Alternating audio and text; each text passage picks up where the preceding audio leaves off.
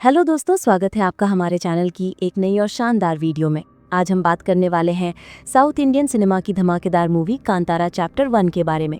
ये मूवी साल 2022 में रिलीज हुई कांतारा का प्रीक्वल है, यानी इसकी कहानी उससे पहले की घटनाओं को दर्शाती है। इस मूवी में हमें कांतारा के इतिहास की शुरुआत और उसके रहस्यों की गहराई दिखाई गई है। अगर आपने अभी तक ये मूवी नहीं देखी तो चिंता ना करें, आज के इस वीडियो में मैं आपको इसकी पूरी कहानी आसान और रोचक तरीके से समझाने वाली हूँ, ताकि आप घर बैठे इसकी स्टोरी का मजा ले सकें। लेकिन दोस्तों, जैसा कि मैं हमेशा कहती हूँ, सिनेमा सिर्फ कहानी नहीं बल्कि एक अनुभव होता है। इसलिए अगर संभव हो तो इस मूवी को थिएटर में जरूर देखें। तो चलिए बिना समय गंवाए इस कमाल की कहानी की शुरुआत करते हैं। अगर आपको वीडियो पसंद आए तो लाइक करना ना भूलें, कमेंट में कांतारा जरूर लिखें और जिन्होंने अभी तक चैनल सब्सक्राइब नहीं किया वो जल्दी से सब्सक्राइब कर लें। कांतारा शब्द का मतलब है एक रहस्यमयी जंगल, जो रहस्यों और रोमांच से भरा हो। इस मूवी में भी हमें ऐसा ही एक जंगल दिखाया गया है जिसके इर्द गिर्द पूरी कहानी घूमती है। तो आइए अब इसकी कहानी को शुरू से समझते हैं। कहानी शुरू होती है हजारों साल पहले, जब ईश्वर ने अपनी मर्जी से पंजुल्ली देव और गुलिका देव को धरती पर भेजा। ये दोनों देव एक जंगल में आकर बस गए जिसका नाम पड़ा कांतारा। ये जंगल विशाल और रहस्यमयी है, लेकिन इसकी बाहर एक बड़ा साम्राज्य है जिसका नाम है कदम्ब। इस साम्राज्य का राजा है विजेंद्र, जो बेहद क्रूर और लालची है। वो न सिर्फ अपनी प्रजा पर अत्याचार करता है, बल्कि हर चीज को हासिल करने की चाह रखता है। कदम्ब साम्राज्य एक तरफ कांतारा जंगल से और दूसरी तरफ समुद्र से घिरा है। समुद्र के किनारे होने की वजह से यहाँ बहुत व्यापार होता है, लेकिन इस व्यापार के लिए विदेशी व्यापारी गुलामों की मांग करते हैं। राजा विजेंद्र गरीब लोगों को पकड़कर उन्हें विदेशियों को बेच देता है और इस तरह मुनाफा कमाता है। एक दिन राजा विजेंद्र समुद्र में नहाने जाता है और वहां एक बूढ़े आदमी मायकारा को मछली पकड़ते देखता है। मायकारा कांतारा जंगल का निवासी है। राजा को गरीबों से नफरत है और उसे ये बर्दाश्त नहीं कि एक गरीब आदमी उसी समुद्र में मछली पकड़े जहां वो नहा रहा है। गुस्से में वो अपने सैनिकों को मायकारा को पकड़ने और मारने का आदेश देता है, लेकिन तभी मायकारा की जेब से कुछ मसाले गिरते हैं, जिन्हें देखकर राजा समझ जाता है कि इन मसालों को विदेशियों को ऊंचे दामों में बेचा जा सकता है। मायकारा बताता है कि वो कांतारा जंगल से है, जहां ये मसाले प्रचुर मात्रा में उगते हैं। ये सुनकर राजा के मन में लालच जाग जाता है। वो सोचता है कि कांतारा जंगल पर कब्जा करके वहां के संसाधनों को हथिया लेगा।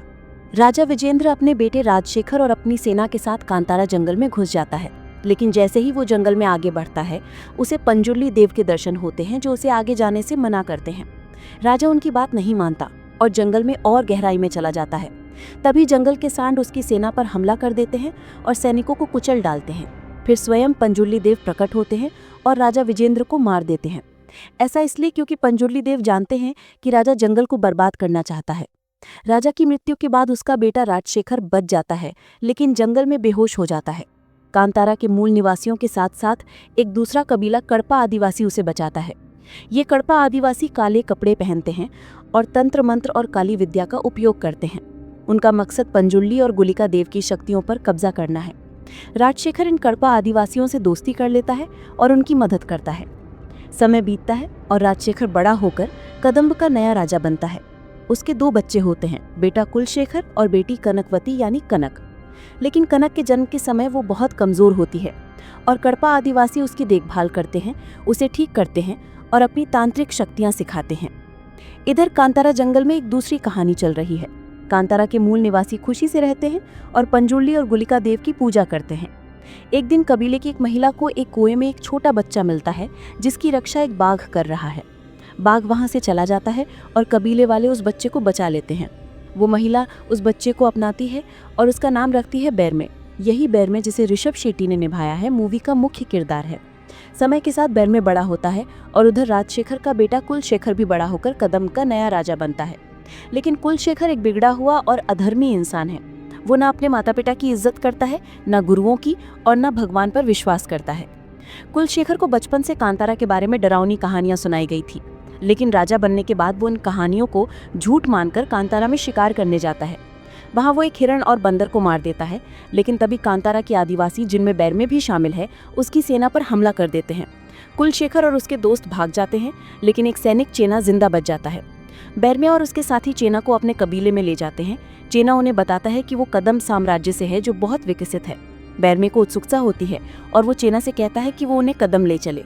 चेना के पास कोई विकल्प नहीं होता और वो बैरमे और उसके साथियों को कदम ले जाता है। वहां जाने के लिए बैरमे और उसके साथी मरे हुए सैनिकों के कपड़े पहनते हैं। कदम साम्राज्य की चमक दमक देखकर बैरमे और उसके साथी हैरान रह जाते हैं, लेकिन उनकी हरकतों से सैनिकों को शक हो जाता है और उन्हें राजा कुलशेखर के सामने पेश किया जाता है। इस दौरान बैरमे की मुलाकात राजकुमारी कनक से होती है और उसे कनक पसंद आ जाती है। लेकिन जब बैरमे राजा को बताता है कि वो कांतारा से है तो सभी डर जाते हैं, क्योंकि उन्हें लगता है कि कांतारा में राक्षस रहते हैं। कुलशेखर बैरमे और उसके साथियों को जेल में डाल देता है और उन्हें गुलामों के रूप में बेचने का प्लान बनाता है। लेकिन बैरमे एक सैनिक को कांतारा का तंबाकू देकर नशे में कर देता है और अपने साथियों के साथ जेल से भाग जाता है। कदम में बिताए समय में बैरमे को पता चलता है कि कांतारा के मसाले वहां अच्छे दामों में बिक सकते हैं। वो अपने कबीले में लौटता है और मसालों की खेती शुरू करता है। फिर वो इन्हें कदम के बंदरगाह पर बेचने लगता है, जिससे कांतारा के लोगों की जिंदगी बेहतर होने लगती है। राजकुमारी कनक को बैरमे के व्यापार के बारे में पता चलता है और वो उससे टैक्स मांगती है, लेकिन बैरमे कहता है कि ये सब प्रकृति का है और वो टैक्स नहीं देगा। कनक को बैरमे का ये रवैया पसंद आता है और वो उसे चाहने लगती है, लेकिन बैरमे उसे दूर रहने को कहता है क्योंकि वो जानता है कि एक राजकुमारी और आदिवासी का कोई मेल नहीं। अधिक मसाले पाने के लिए बैरमे अपने साथियों के साथ जंगल के गहरे हिस्सों में जाता है, जहां कड़पा आदिवासी रहते हैं। कड़पा आदिवासी बैरमे और उसके साथियों पर हमला करते हैं और एक साथी को मार देते हैं, लेकिन तभी वही बाघ आता है जो बैरमे को बचपन में कुएं में मिला था और उनकी जान बचाता है। कबीले के बुजुर्ग बैरमे को बताते हैं कि कड़पा आदिवासी पहले कांतारा में आए थे और मदद मांगने के बहाने यहाँ बस गए, लेकिन उन्होंने पंजुरिली और गुलिका देव की शक्तियों को हथियाने के लिए काला जादू शुरू कर दिया, जिससे जंगल में तबाही मचने लगी। तब ईश्वर ने उस बाघ को भेजा जिसने कड़पा आदिवासियों को खदेड़ दिया। इधर कुलशेखर को पता चलता है कि बैरमे और उसके साथी जेल से भाग गए और अब कदम में व्यापार कर रहे हैं। वो गुस्से में कांतारा के लोगों को मारने और जंगल पर कब्जा करने का प्लान बनाता है। अपने पिता राजशेखर को रास्ते से हटाने के लिए वो उनके खाने में नशीला पदार्थ मिला देता है। फिर वो अपनी सेना के साथ रात में कांतारा पर हमला करता है, जंगल में आग लगा देता है और कबीले वालों को बेरहमी से मारने लगता है। बैरमे और उसके साथी जब कबीले में लौटते हैं तो वो देखते हैं कि कुलशेखर ने उनकी मां समेत कई लोगों को मार दिया है। तभी बैरमे के शरीर में गुलिका देव प्रवेश करते हैं और वो अपने उग्र रूप में कुलशेखर और उसकी सेना को खत्म कर देता है।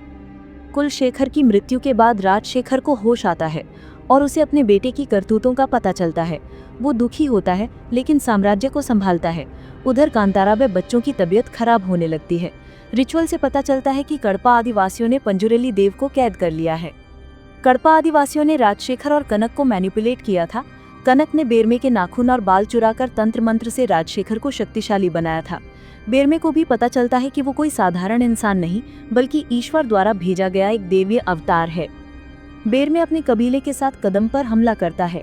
वहां राजशेखर और बैरमे का आमना सामना होता है। राजशेखर, जो कनक की तांत्रिक शक्तियों से ताकतवर हो चुका है, बैरमे को हरा देता है। तभी मैकारा, जो कि एक दैवीय पुरुष है, बैरमे को एक नदी के पास गुफा में ले जाता है, जहां बैरमे को भगवान शिव का त्रिशूल मिलता है। बैरमे के शरीर में गुलिका देव का वास होता है और वो चाउंडी यानी गुलिका देव की बहन को बुलाता है। चाउंडी कनक और राजशेखर को मार देती है। बागदेव कड़पा आदिवासियों को खत्म करता है और पंजुरेली देव आजाद हो जाते हैं। कांतारा के लोग भूताकोला रिचुअल करते हैं, जिसमें बैरमे गुलिका देव की भूमिका निभाता है, लेकिन इसके बाद वो उसी कुएं में कूद जाता है जहां उसे बचपन में पाया गया था। कुएं में कोई नहीं मिलता, जिससे साबित होता है कि बैरमे ईश्वर द्वारा भेजा गया एक दैवीय अवतार था जो अपना मकसद पूरा करके लौट गया। मूवी यही खत्म होती है और हमें बताया जाता है कि इसका अगला भाग भी आएगा।